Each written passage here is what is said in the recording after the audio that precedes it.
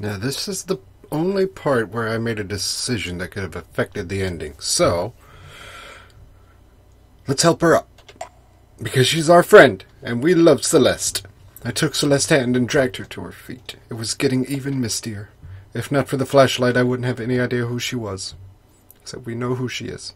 I recognize that tree. We're getting to the cabin. Okay, we're going now. I realized the sound from earlier was back. I started looking around, panicking. Did a head count, or more accurately, silhouette count. Celeste still holding my hand. Darren in the lead. Michael to the left. Who the heck was that guy besides Michael? My grip on Celeste's hand tightened, and I quickly into my pace. I thought about shouting out, but was worried. If I did, maybe the thing would turn around and jump Michael or something. I didn't know what to do. I ran my fingers along the knife I brought from camp. Then the cabin appeared. Out of nowhere, the mist was starting to disintegrate around us. It was easy to make out everyone who was now. What it did now, huh? I looked at the thing. She looked like Jack Celeste. The thing whose hand I was holding leaned in front of me. It wasn't Celeste. Again. It gets me every time. This being the second one. I should have ran or screamed, but my body was clenching up for no reason. The thing turned and walked into the mist. I caught up with the others as they entered the cabin, practically in tears. They couldn't find the car, and were arguing about where we put it. I told them what I saw. Obviously, they didn't believe me. Everyone hurried inside and locked the door. Alright, so is that Joe again? Me, Joe? Anyway? He doesn't seem to have anything to break down the door with, though. What the hell does he want with us? Hell if I know, ask him. Oh, I can move now. Should I ask? Don't touch the door. I wasn't gonna. Well, I know the shotgun's in here. Apparently it's not useful, though. Celeste, what should I do? She's breathing quite heavily. Michael? Or Darren? We're safe here. It's cool, man. Michael, what do you think? Michael? It's a sturdy door. It'll be alright, won't it? I must have gotten these two switched. Well, what do I do? Leave you guys here? Alright. Did he go away? Oh, I guess he did. Fireplace. Don't have any matches, though. Fuel for the fireplace. You guys just gonna hang out at that door, huh? Here! Why did that get me? Shit, the bastard hit the breaker, but he can't get in, right? Oh, crap. Yeah. Celeste, he was just trying to scare us. Take it easy. Why is your breaker outside the cabin?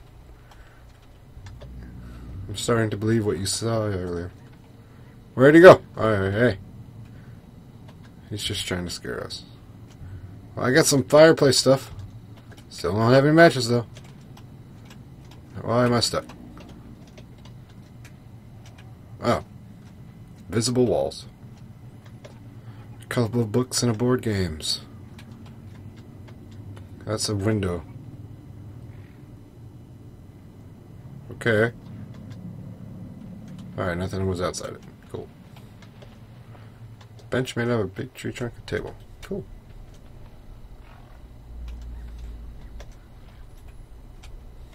Can I not go down? Is this what you're doing to me right now? Oh, there's a door over here. Oh, I don't like this darkness. Okay, Celeste, you're fine. Nothing useful. Oh, that's not true. She seems to be hyperventilating. It's alright, Celeste. The door's locked, and it's the only way in. We're safe here. Except for that window. And pretty much the fact that the house is just made out of wood. No way you could get in. Alright, I'll leave you to your, whatever. Bye. What's over here? Simple kitchen. I didn't want to look through the window. Don't jump scare me. What did I just say? Who is that?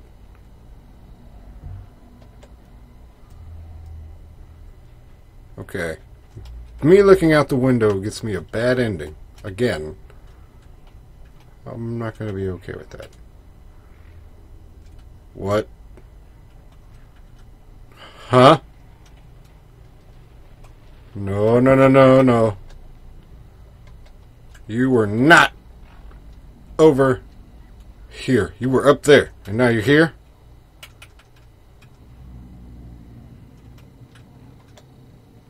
We're safe here. It's cool, man. You were not down here. Simple kitchen. Okay, yeah. Tablewares. How do I start the fire? We didn't start the fire. Are you still okay? Nothing useful. I'm sorry. Kind of done everything I could now.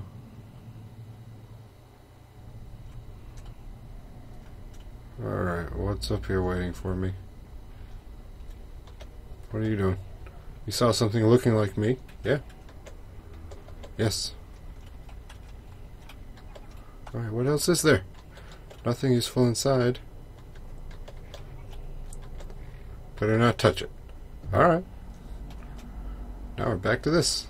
The fireplace. Don't have any matches though. Fuel for the fireplace. Here's the fireplace. Don't have any matches though. Where are the matches?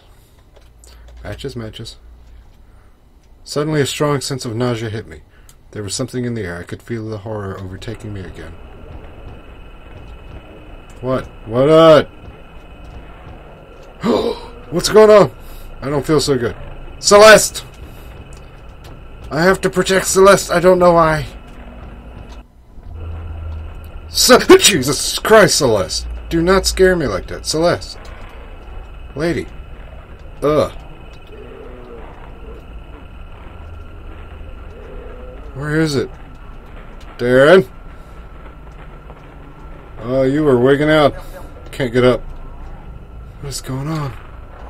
Ugh. A simple kitchen. The music has changed. There's nothing here. Celeste, get up. Going to bed. I couldn't take it anymore. I had to lie down. Oh. That was apparently the thing. I couldn't sleep, and I wouldn't even if I could. I just wanted to rest. I waited for the world to stop spinning. It looked out the window.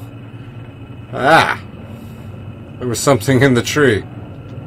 I stared back, not able to register what was going on. I quickly pulled the blinds down. Celeste came through the door. She looked pale and disheveled. Shoveled. I dragged her to the bed and laid her down. She was gasping for air, as if something was suffocating her. Eventually her breathing became more regular. I asked where the others were. She shrugged. That ain't Celeste. The room had stopped spinning a bit, but I felt far from good. You alright, lady? I'll go look around. Wait here. Still nothing useful. Suddenly a voice could be heard from the locked door. What was worse, though, was that it was Celeste's voice. Let me in, let me in. God, let me in there. I immediately pulled my knife and placed it at the Celeste laying in the bed. Her eyes grew wide and with shock and alarm, but they could have been faked. What are you doing? No, I'm the real one. The one out there, that's the imposter. I was kind of in a trance, unsure of what to do, and staring down at her. Maybe I should have stabbed her in the voice. If the voice at the door hadn't changed into some low, deep, guttural voice. Then it became high-pitched, like a little girl's. I pulled my knife away. I snapped out of the trance. Now the nausea was returning. I got to the door and opened it. Why? There was nothing there but a trail of black liquid. No. My question is why? No. Alright, fine. Suddenly I got this feeling that it might not be the best idea to go outside. Well, it was also the best idea I had was not to pick up Celeste's hand. But that was wrong. You say it's not the best idea to go outside, but you're telling me it's a choice. I'm gonna go outside. The thing was nowhere to be seen. Just as I was turning around, I took a look at the roof. There it was. It was close to a corner, about to turn. It looked like albino male with really long limbs. What? I keep seeing a glimpse. No. He had fingers instead of toes, and all 20 of them were elongated. He was facing away from me. Suddenly the head swiveled 180 degrees and stared at me. I started choking up, as if suffocated. It was hard to breathe. The thing opened its mouth, slowly and deliberately. I thought it was going to devour me when its tongue snaked out. On the tip of the tongue was my face, like a tumor. Eyes closed, lips upturned into some psycho smile. There's a legend somewhere that when you see a doppelganger, you die. I thought of that legend, but then the creature rounded the corner, and it was gone. I lost it, and followed, vision hazy. My heartbeat suddenly seemed ear-splitting to me. I was stumbling because my legs seemed unable to coordinate.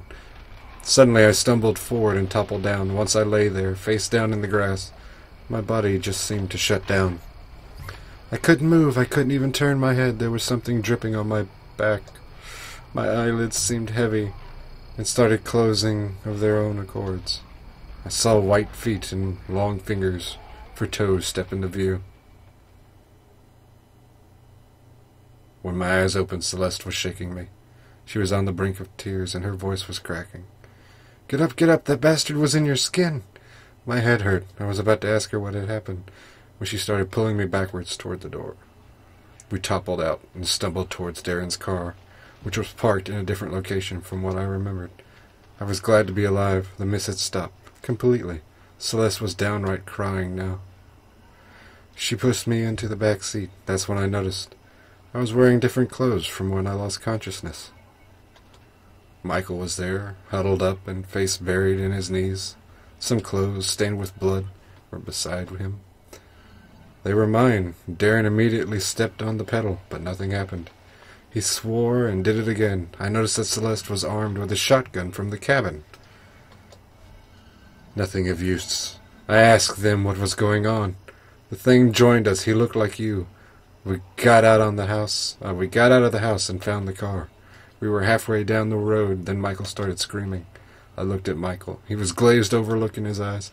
The thing burst out of your clothes and jumped out of the car. Michael had the shotgun. He was firing out the window. We saw the thing run all the way back to the house at the friggin' speed of light. It was in my skin? Joe's skin. Yeah. I looked down at myself. I wondered if I had been possessed, or if worse, that thing had cut off my skin and wore it as a coat. Goodbye, horses moment. I shuddered at the thought of something crawling around in my skin. I asked Michael if I was all right. The thing talked to me. I asked about what. He didn't respond. I realized he was sobbing. The car jolted into motion. Darren fist pumped as the car started, accelerated. I turned back towards the cabin and saw the albino thing standing on the roof of the house, watching us. I shuddered and turned back. Celeste screamed. Ah, no. The thing was in front of the car, on the windshield. That is a freaky-looking thing. It opened its mouth, and my tongue face slithered out. Celeste fired the shotgun. She fucked up the windshield. The glass shattered, and it was thrown backwards. Darren shrieked, and I saw blood coming from his face. Something pierced my face, and I realized it was glass. The car skidded to a stop. What the fuck, Celeste? The car doors opened without any discernible reason, and I fell out. The thing lay directly across from me, eyes closed, as if it were sleeping. I wish I could close my eyes. Its mouth hung open, and I saw myself again emerging. That's weird. I didn't move or say anything, because I couldn't. My face looked at me and started to talk. I love you. I love you. I love you. I want to be you. It repeated over and over again. It was coming close to me. I wondered if it was going to bite me to death. The thing's eyes shot open, and I realized it was going to kiss me. I managed to regain some control and instinctively twisted back from it. I guess that was what saved me. Okay. There was a sound like an explosion, and blood splurted from the thing. Celeste was standing over it. Her face and body were bleeding, and she had the spaced-out psychopathic look in her eyes. She had just fired the shotgun. My face looked directly at me. I am you, it whispered, and she shot me in the head. Or it me in the head. She fired again, and I saw my own face begin rotting to nothing more than a skeleton in front of me. The thing's head flowered open. That's the best word I can describe it. Its head kind of split and split again, peeling away. I saw faces, lots of them, all of them inside of its head. I think I saw Celeste and Michael's faces. They were whispering, and I don't like that. Something unintelligent. Whoa, okay. Eye of Sauron. In the center, where the brain should be, there was a single red, cat-like eye that was rotating in its socket. It was producing the mechanical droning sound. Celeste fired one last time. That thing sort of slithered away, becoming wrinkled and smaller and rotten, until it just disappeared. She dropped the shotgun. I started twitching and spasming as control of my body returned to me. She had a lot of shells, by the way. Eventually I stood up. We got into the car silently. Darren was bleeding too, but no one said anything. We drove back to the city in silence. We explained away the damaged car as being attacked by some crazy thieves. We had ourselves patched up. Michael was still in a shock-like state. I hear he was like that for a while. When I asked him what he thought of the incident later, he denied it ever happened with compelling conviction. His eyes looked dead and he had lost weight. I don't know if he forced himself not to remember or if he genuinely knows nothing of it. I know what I saw. I can't remember the exact place. It's been 2 months now. We still refrain from talking about it. If you were expecting some huge twist or something, you'd be disappointed. I still don't know what we met out there. I don't want to know, actually. I still have nightmares about my own face, shouting, "I am you." One thing I do know, though, I am never going camping again. You could say that again. End. Hey, alright. So I got the good ending, I think. It's not bad end. That's a thing.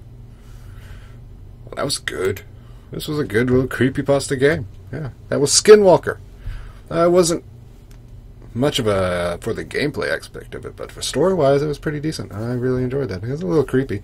Like, this would be good to read, watch, play, in the dark. Definitely, but in the dark. Yeah, I don't know why I went Rain Man there for a second, but yeah, give this one a play for yourself if you like. It's on GameJolt.com. And let me know what you thought about it. And if you liked the video, go ahead and click that like button. And in the meantime, thanks for coming out, and we'll see you in the next one, guys. Have a good one. Ah, my heart. Ugh.